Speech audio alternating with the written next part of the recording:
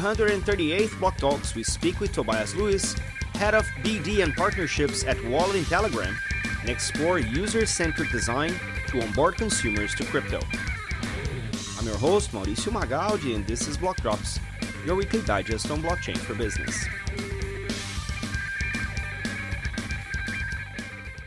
These news are not a form of endorsement, sponsorship, or encouragement for consumption, and are meant for educational purposes only. All right, everybody, I'm here with Tobias Lewis, who's going to tell us who he is and what he does with blockchain. Tobias, welcome to BlockTalks.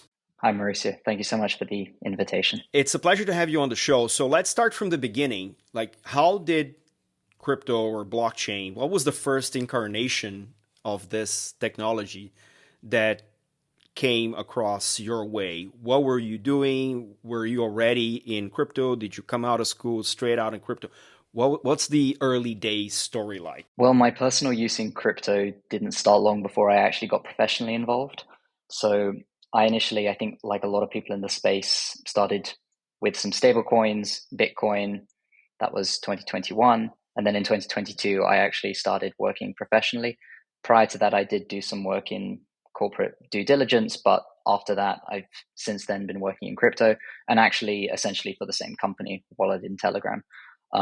So I believe now at least one of the longest serving employees here. I've been around here in one capacity or another since before the wallet was actually integrated into the platform of Telegram itself. I'm now head of business development. I basically am responsible for all the partnerships, promotions, commercial ventures that help onboard Telegram users into the crypto side of the platform. One of the things that I think your generation, and I'm putting myself as the OG, more old man than an OG per se in this conversation, is how native things easily become, right? When you just break out of school and you start in an industry, it becomes second nature. So how did you bring that into your life first and foremost? I mean, before even starting professionally, is this something like in my generation, and I'll be the old man here, we started with the Bitcoin white paper and we learned how that worked and, what's decentralization? What are consensus? There was a lot of novelty in the tech. If you've been in crypto for the last, say, 5 years, say from COVID onwards, and there was so much boom and bust cycles, very compressed in time, and almost one step or two steps removed from the tech itself, that everything else becomes second nature. It's just easier. You don't have to read a 30-page white paper to use crypto anymore, right? You just get to do it. How does that combine into your experience and what attracted you? First and foremost, is this the speculation? Is this the second nature of things? Is it, token go up? What drives or drove you and drives you in the industry? I mean, honestly, every time I've let myself be driven by a token up type of mentality, I've always lost. So I very quickly learned that probably wasn't the way to go about it. But in all seriousness, I actually have this in common with a lot of my colleagues at the company. It was product driven. It was the user experience, which is so much better than almost all the TradFi institutions that are offered to people of our age in most countries these days. It really comes down to that. I mean, to the extent now when I'm traveling and I have to have any interactions with a sole trader company or anything like that, if I have to use TradFi institutions in order to make payments or anything, I'm honestly quite inept at it. I'm so used to instant payments, crypto rails, that now it's actually getting increasingly hard for me to interact with, my Barclays payment app, because I'm just so I've sort of been in it from the start of my professional career, and that ethos I think has actually served me really well in the company because I am, let's say, interested in the tech. I do have strong views about decentralization. I do think blockchain as a technology, aside from tokenization or crypto, is something special. It's probably the tech of my generation. I don't think I'll see anything quite like it. I'm very interested in AI, but I will always, until something else changes my mind, I will be more bullish on blockchain than I will be on AI. And this is the attitude that I've carried over with me into the wallet, which serves us really well, because I'd say we're a product first team rather than a tech first team.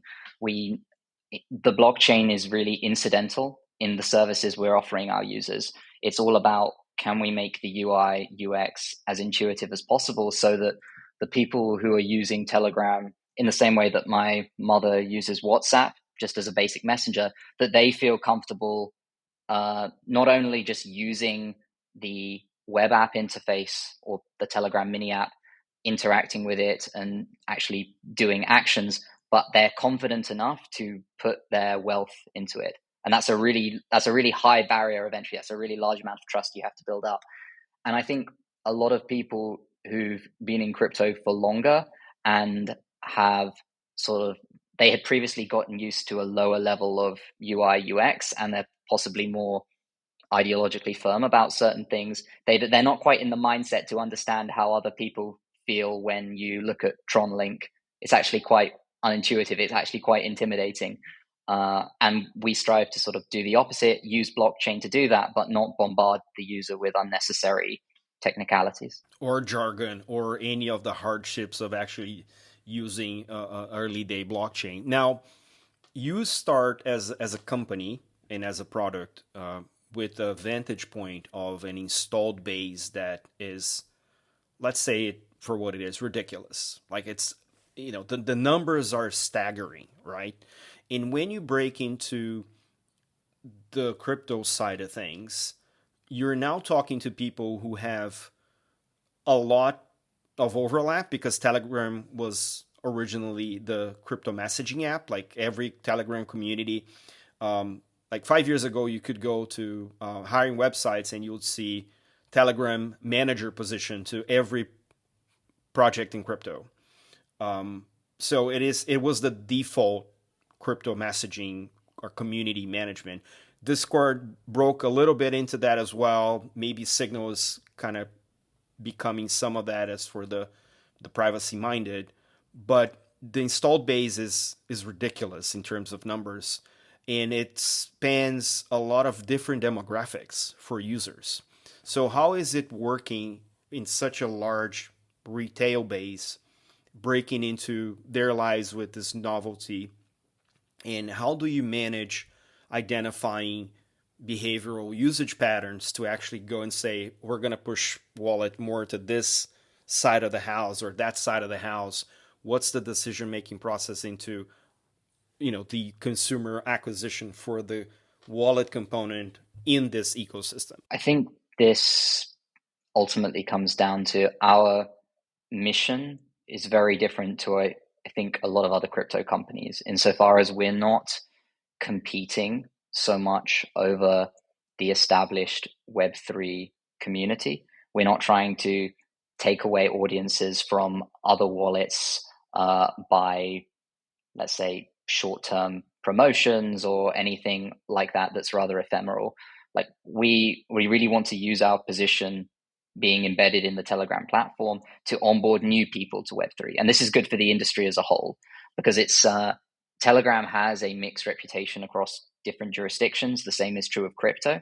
And bringing in those users who are just using the Telegram app as a messenger, and then bringing them into the crypto side, that does something to not only help the general reputation of the platform, but also the Web3 space in general. So we're people like yourself, who I meet at conferences, who I speak to in a business setting. You're right, they're all on Telegram. They all have group chats. They all have their favorite alpha chat, their favorite channel. The vast majority, I would say, unless someone from our ecosystem has previously spoken to them, they don't use our products, and very often they aren't even aware of them. However, so we recently launched fully in Uzbekistan. This is a country in Central Asia, 35 million people. And they have 90+% penetration of Telegram as a messenger.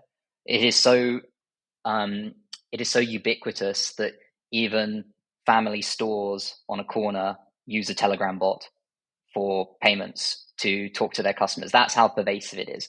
And so we've launched there and we've had really big success. And in a jurisdiction like that, we've also launched tokenized stocks with X stocks from Kraken in partnership with them.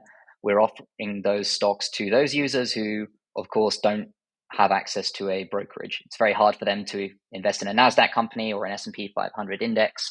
We're offering them that in tokenized form. And I think that's where our focus is, because crypto is very siloed and people have a lot of very strong opinions, and I think it's better for us as a company and for the space if we just focus on bringing these messenger users in. I mean, you yourself, I would guess, you tell me, but prior to speaking to someone from my team or Ton in general, were you aware that there was crypto functionality so deeply embedded, or was it just a place to chat about alpha? Oh no, I've used some of the crypto capabilities. I've had people from your team before on the show, so I'm familiar with the developments, and I do a lot of research myself as a product person. I have to understand where these things are happening and how if there is any overlap with the things that I'm building. Case in point is the Midnight launch, where the Midnight Foundation had a partnership with the wallet as well. So I think these things are layered. That's why they're not as easily perceived. But once you break it open, I think there's a world of possibilities. And one of the things that maybe we could explore here is it seems to me you're talking a lot about first party development, like the stuff that you guys build in the platform for the users. Is there any space, and I know this can be controversial, especially when you're a centralized platform to a certain extent, to, let's say, if I have a DeFi protocol, is there any window of opportunity for me to actually deploy a front end for that DeFi protocol in the Telegram wallet? How does that work? How do you actually foster that ecosystem in how a builder that may be listening to us can engage with that to actually take their product into that ecosystem as a part of a larger offering? So, as I think hopefully will be clear, if not now, then after I say this, the wallet in Telegram is a separate company to the Telegram platform itself. We do have a strategic partnership. We are the only wallet integrated into the app itself, but we are separate companies. Having said that, one of the main restrictions is that Telegram's service agreement means that if you have a mini app, so that's different from a bot, which is just a text bot in Telegram. But if you have a mini app with a web app interface to have blockchain functionality, you must effectively connect to Ton. So that means that if you're going to do DeFi, it has to be on Ton. Obviously, from there you can connect and bridge to other areas, but your starting point has to be a Ton wallet, effectively. If you have a Telegram text bot, a lot of people have, BonkBot is a great example, Solana trading bots. These are perfectly fine, and those are very, very successful. To your broader point about is there space? There is, and the key is ultimately, can you make a mechanism for your product or app that makes Telegram users be your own distribution channel? And by that I mean, the most successful apps are basically shared in group chats. They're forwarded from one user to another. And that's both a science and an art. It's really hard to do. We know some things we've done have been wildly successful. Some things have been a flop, frankly. And that there's no sort of playbook for that. People keep innovating. There have been some very successful independent projects outside our sort of group. And so no, I would encourage builders, like, it's a high risk gamble, because if you get that wrong, you're going to have a distribution problem. Because whereas if you have a DeFi protocol and it's predominantly website based, and you can just connect to Wallet Connect, have people come with their Rabby and MetaMask to connect. There's a very simple playbook. People know where to go. People know how to expand go from 0 to 1 with that. Whereas in Telegram, the landscape is constantly changing. What gets users' attention constantly changes. And so you have to figure out, okay, what can I offer this person to encourage them enough to have faith in what I'm doing to forward it to their friend? And that's quite difficult. I mean, I imagine because everything when you have, I don't know, 150 million users is multiplied in that sort of factor. Whether it works or it doesn't, like the reputation spreads uh, rapidly. Um, can you break down to me what a day in life of a wallet user looks like? I mean, I know there's like a range, but is there like a typical persona or a couple of personas that you service that is like, oh, this is like more of a financial guy.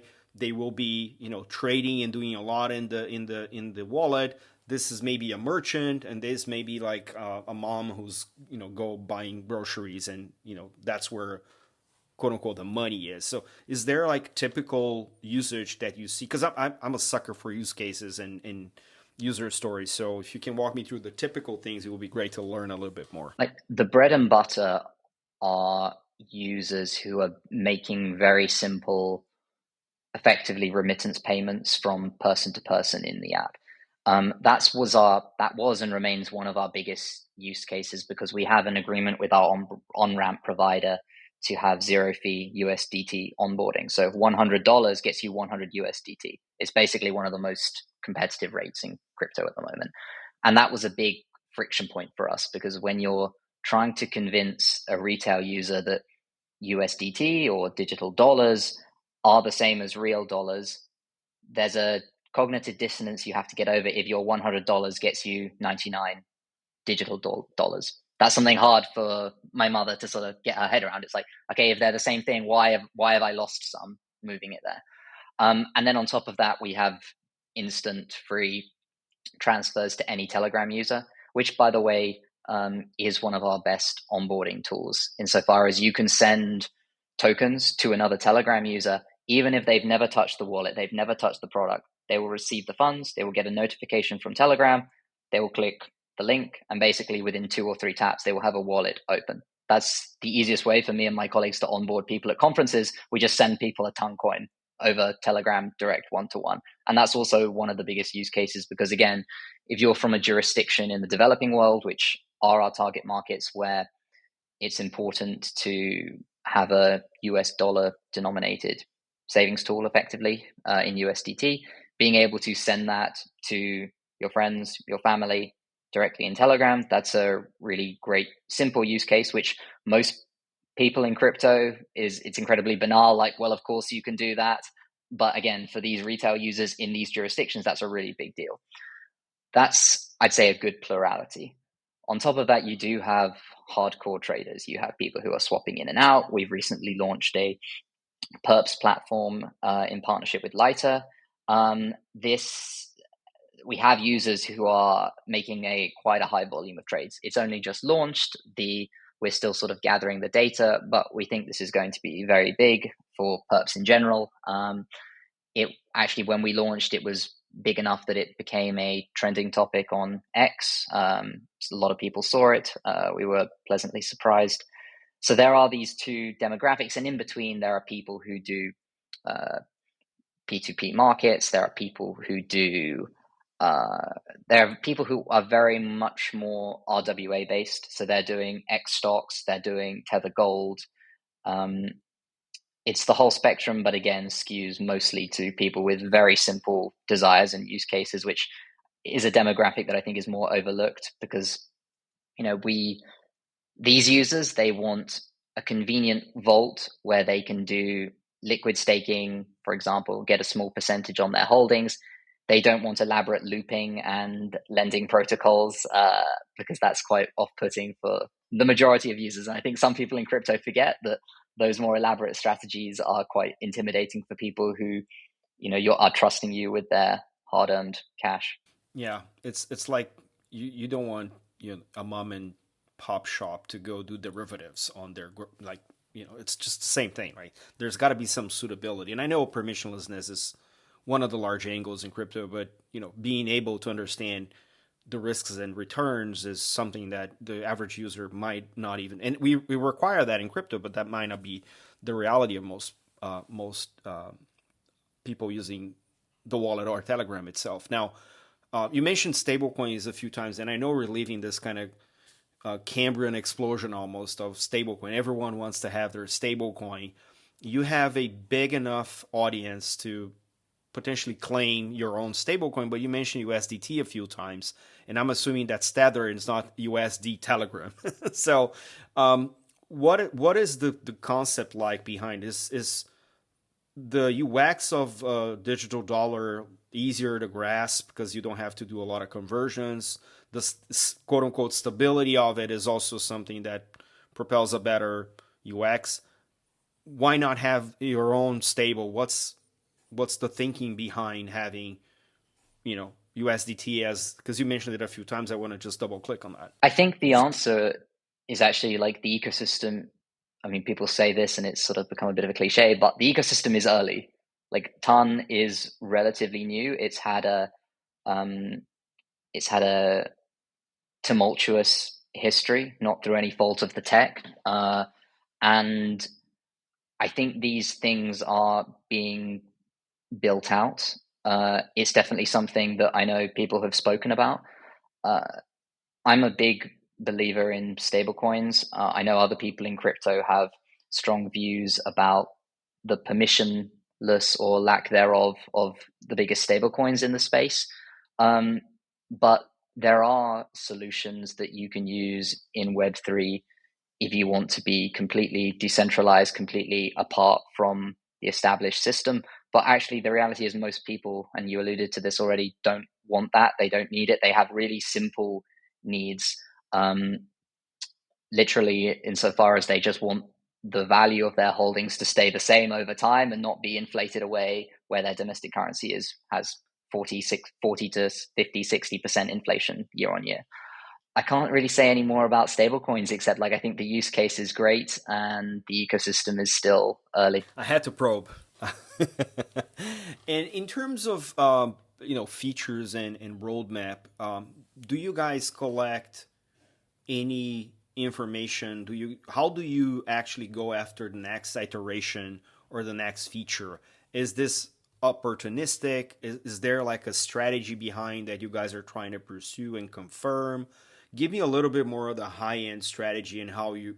Again, I'm probing because I'm not a retail person. I usually do more of the B2B, infra type work, but I'm super curious about it, and I really genuinely try to understand what the decision making process looks like, because you can learn a lot from your lessons learned and your shortcomings, but knowing what the winners in this space, how they work and how they think about solving problems, is also very important to establish like a wider thinking framework. So I would love to learn more about that process. And because you're a BD person, you're probably in touch with a lot of partners that are trying to solve similar problems, and their reasoning comes through to you as well. So just trying to understand how you kind of put this cocktail of things together.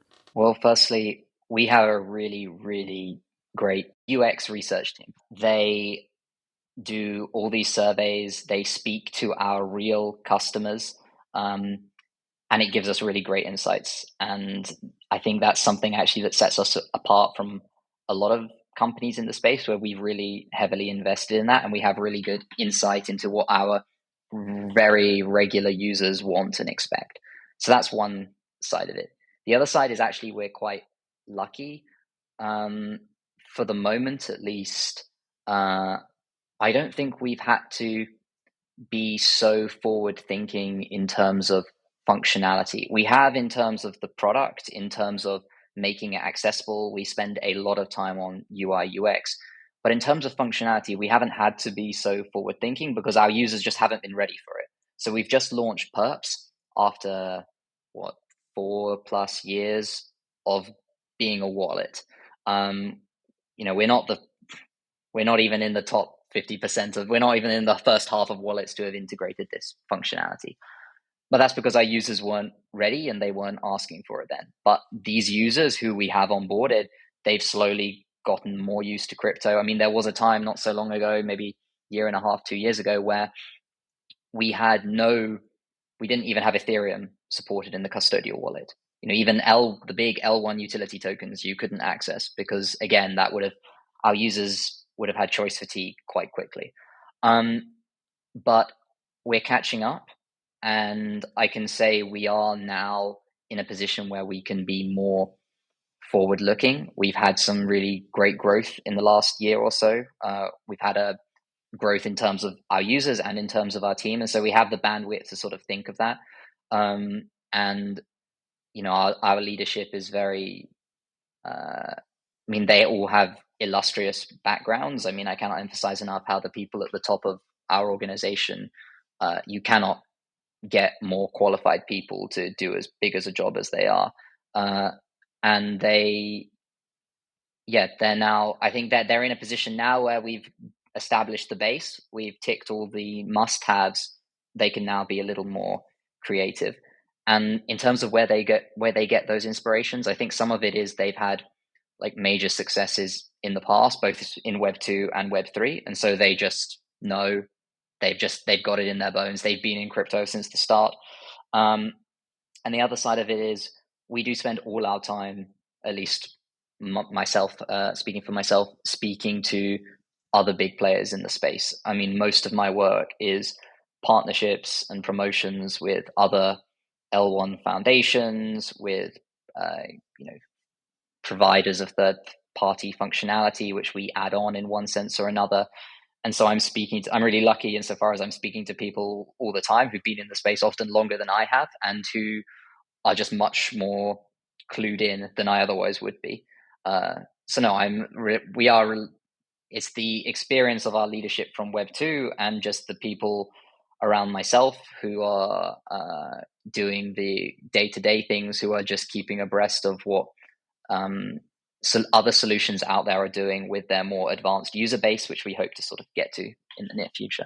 I think the fact that you guys are permeating a messaging app with a wallet and with a blockchain, like, builds what ultimately could be considered a everything app stack type thing, right? And I know I'm stealing from Elon here, likely on the everything app concept, but it seems that the stack already is there already. Is a matter of, as you said, progressing in features in ways that they are adopted and you don't overload the user base with novelty too much, because we're all under a lot of cognitive fatigue from everything that's out there in the world. And I think that's kind of where this starts to make sense. Is there a version of the story that plays to B2B, like to merchants, for instance? If I'm a seller, is there a wallet in Telegram that I can use to sell on Telegram and collect? And even if it's not digital goods, maybe like a QR code where I can issue a payment request to another wallet. How's that playing out? Because I think if I'm I'm Brazilian, so I have an upbringing from emerging markets, and I understand some of the hardships for you to launch any business in emerging markets, and it's always a challenge. It's either you have to qualify for a business account in a bank, you have to onboard, there's a KYB, and there's a bunch of certificates, and you may not have everything as you start, but crypto gives you this permissionlessness to a certain extent to just get started. You can just do things. And I keep thinking about the form factor for those early businesses to be able to be paid to do whatever they sell, or to whatever they do. And crypto is almost like primed to do that. The fact that you guys have all that stack for the Everything app makes me think about, what about this demographic? Is this something that you've seen at work, and it's used for it? Or is this like a prospective roadmap item or demographic that makes sense as you grow the presence of the wallet in your ecosystem? Because I'm sure people are selling things through Telegram. It only makes sense for you to be the partner that helps them collect. So just trying to think about that in a kind of wider scale. Well, we are retail first, and I do think it'll always be that way, speaking at least for the wallet. But Look, we've recently had a very big update to the blockchain itself. It became 6 times faster. And when we released that, Pavel Durov himself said that this was stage 1 of 7 of making Ton great again. And there is a version of Telegram called Telegram Business, which I encourage everyone to take a look at. I think it's got really great functionality. And maybe in the future, like that demographic will be catered to more explicitly. But at the moment, there are useful functionalities, but most of them are um, it's very basic stuff. So we being the ecosystem and the foundation, released TunPay. That's an SDK where, whereas before you had to sort of, if you were going to launch a mini app and accept payments in Telegram, it was a bit of a nightmare, frankly, to connect to Ton wallets and receive payments. You sort of had to almost reinvent crypto payments from the start yourself. And this unified all of that and made it much easier. I think that's the first step. And these are the sorts of things that I believe the foundation will be working on more. I gave the example of Uzbekistan before, where family stores were using it. Everyone has their own workarounds, and the market is such that if something isn't provided officially, people just make a solution for it, and that's one of the great things about Telegram. One of the things that I like about these conversations is that I get to probe what people are doing to keep themselves healthy and sane, working on an unhealthy and insane industry, and wallets are no different. So, do you have any recipe and of handling your energy, your health, sleep? What does that look like for you while we work in this crazy 24/7 industry? I think about that a lot. The type of work we're doing in a sort of globally dispersed company, always being available with a smartphone in your hand, there are great pluses. I mean, I've been really lucky to have had some amazing experiences that I can only thank the industry and my company for. But on the other hand, in a way, you're always on. It's not just a sort of 9 to 5 job. This really becomes much more of a personal investment. Touch grass is a real thing. I as much as I can, I try to just limit screen time. If I can listen to something whilst walking, even if it's just around my block, I'll do so, because people, I a lot of people in the space, I think, the time they spend outdoors is actually at conferences, which isn't a healthy a healthy use of your outdoor time. And also, I think it's not such an issue for me because we're so retail focused, but just call your parents and hear, like, understand like real life problems, like the real people's actual lives, as opposed to this sort of crazy siphoned off world that we live in. We talk about mass adoption. It's not here yet. It's an ongoing process. This is still very, very niche, and you speak to anyone outside the space, and you say, I work in crypto, or I have a Telegram account, or you know uh, something else, that they react. You can see in their face their reaction, and I think that tells you all you need to know about the sort of silos we're in. So no, I encourage everyone, like, call your parents and remind yourself what a real problem is. I love that. That was a first for the show. I mean, you said how you onboard people. You send a ton token, and I think that's kind of a fun story.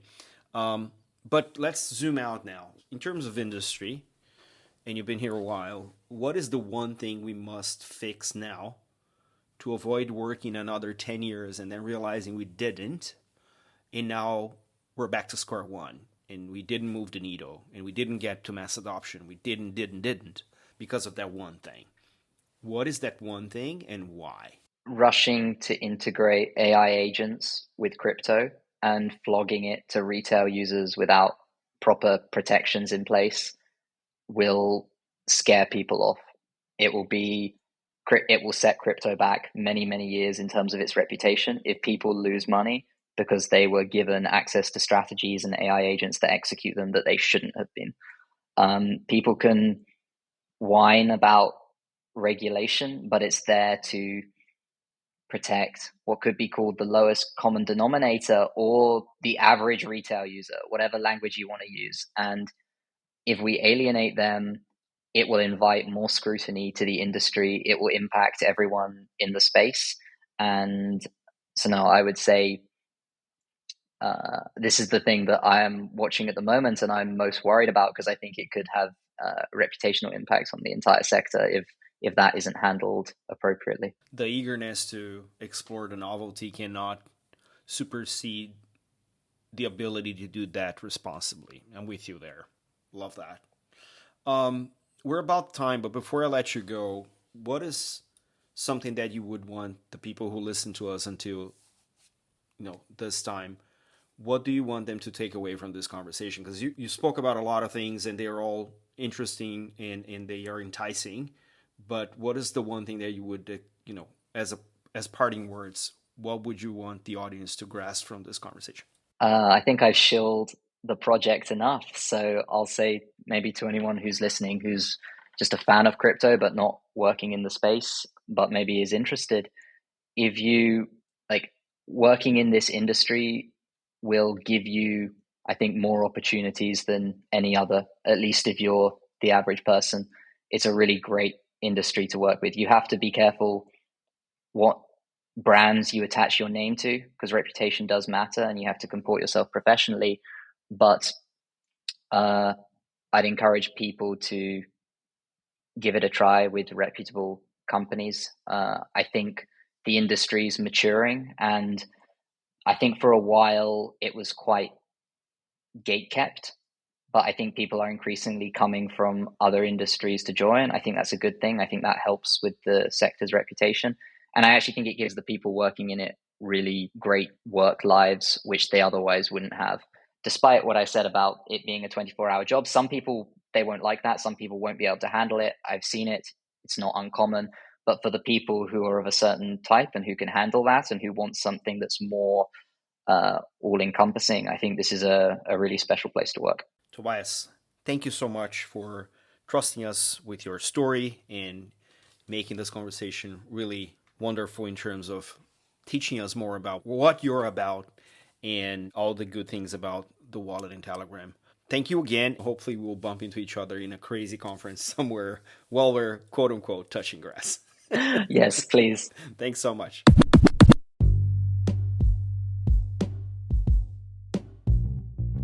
Catch us online. We're on Instagram at BlockDrops Podcast, on Twitter at BlockDropsPod or ZeroX Mauricio. We're on Lens at blockdrops.lens. We have a newsletter on LinkedIn.